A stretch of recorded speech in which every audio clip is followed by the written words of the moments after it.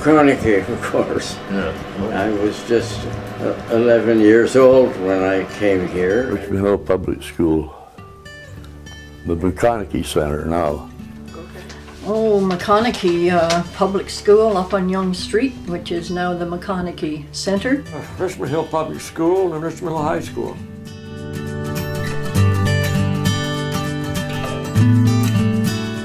McConaughey School, which it is now, was already full, and we had an annex down where we had the town hall at one time, and now it's the Performing Arts Theater of Richmond Hill. So I was a year there.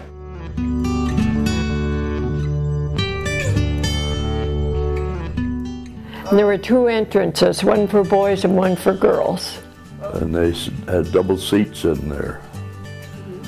And if you didn't behave yourself, you sat with a girl or a girl sat with a boy. Like, and when you're about 8 years old, girls are... We never had a permanent seat in that class. We were moved around. Like if you were in the first, second, and third, well, you were the smartest ones. I remember once I missed a question and I was demoted. And I can remember tears. I started in the McConaughey School in grade 7. And that's where I had my first male teacher. School put on the entertainment, so we would learn all the plays and the songs and all kinds of stuff, and then we'd go over and do the entertainment over in the church. Lots of times I didn't go. I would go up on Yonge Street and hitchhike to North Toronto and attend the afternoon movie theater and hitchhike home.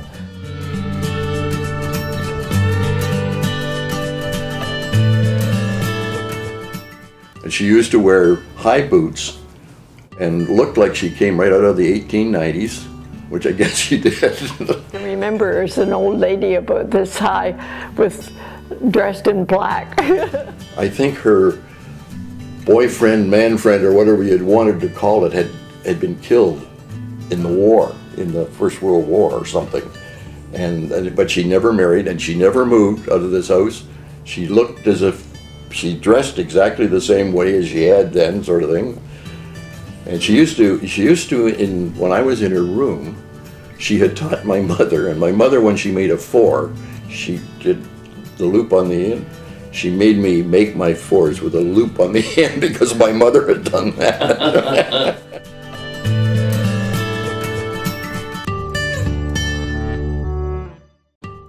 And he, the class, especially guys like Bert, took delight in doing something when his back was turned at the board, sort of thing, and he'd be working away, putting something on the board, and he'd turn around quickly to catch all these guys, and they'd all be sitting there very straight.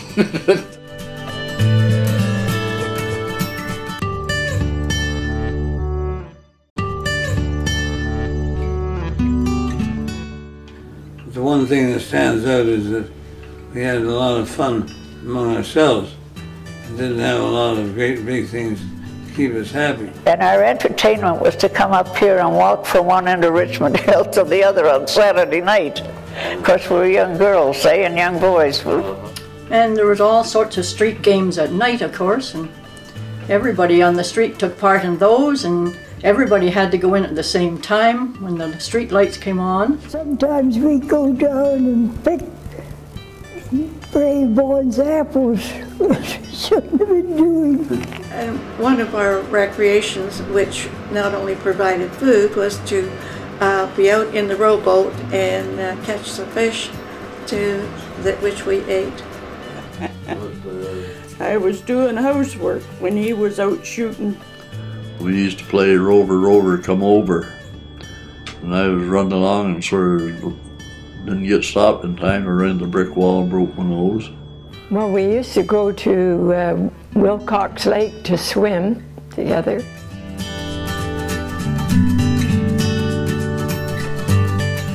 There wasn't any organized sports for young people at that time. other than when you were in school and had sports at recess and noon hour and so on. Played baseball and skated and bowled and... Or just pick up baseball, everybody, you know, you might only get 8 guys out there, but you know, it'd be short, but that wouldn't matter. Just do away the shortstop. I think lacrosse was the thing we liked. Everybody liked that, and we had a very good lacrosse team in Richmond Hill. Oh yeah, I played a little bit of everything. Lacrosse, skating, hockey. General what to do today. We had a magazine for shin guards for hockey. Things like that couldn't afford anymore. Lois and I actually met playing ball. She was a catcher. I happened to be a pitcher, first baseman. I decided I was going to sit and watch this little wee catcher play ball.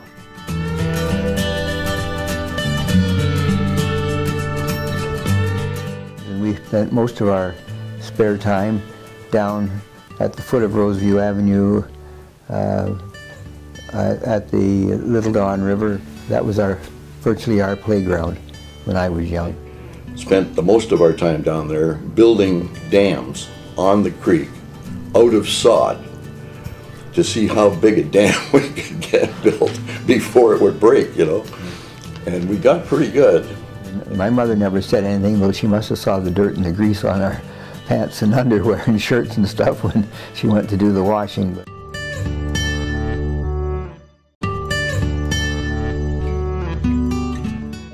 That was a whole day affair.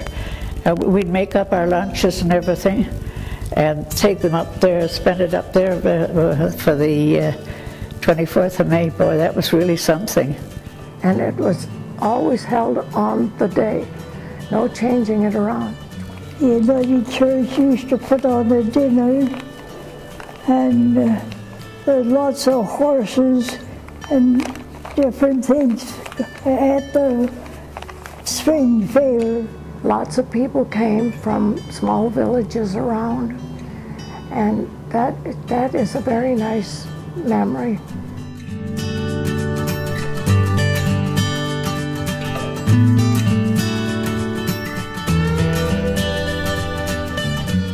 There weren't that many buildings because Richmond Hill started at Major Mac and ended up at Wright Avenue. Is it where the high school is? Yeah. That was Richmond Hill.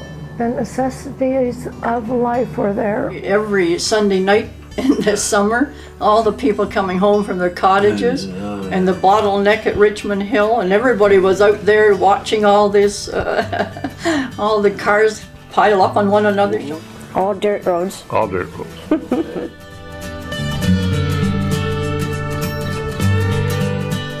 Everybody knew everybody else. Yeah. The grocer and the butcher and name it, we all knew each other.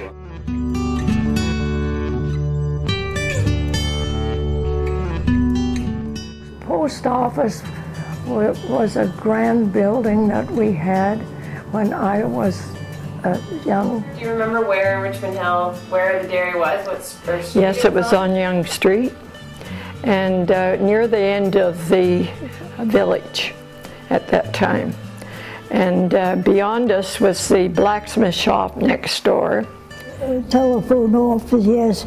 It had a doorway into our dining room. Well, I used to be the rustic inn.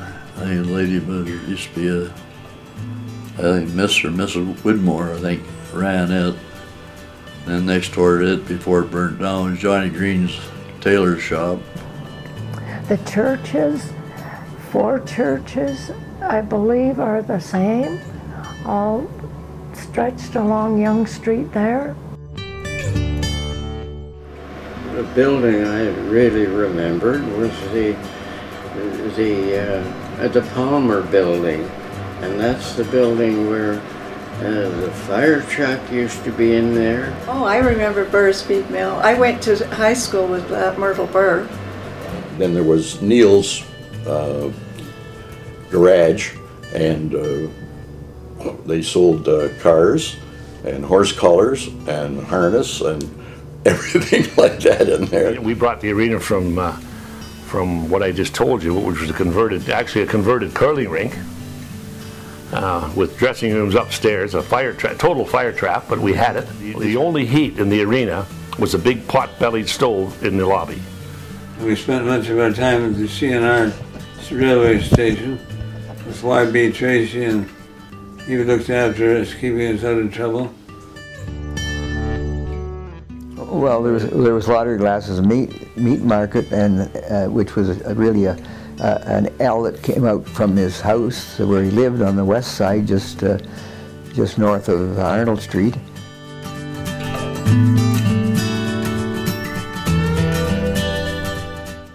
We used to play a lot back in the bush. The bush was bigger then, and there was no second pond. Like the north pond has been put in since when I was a kid. In those days, there was no geese or ducks around. It was completely surrounded by bulrushes, and that kept the water, light, and fall away. So a lot of fellows went down there and fished in the summertime. We went down there skating in the winter. So that was a handy spot. It was a good place to skate if you could get anybody to shovel the snow off of it.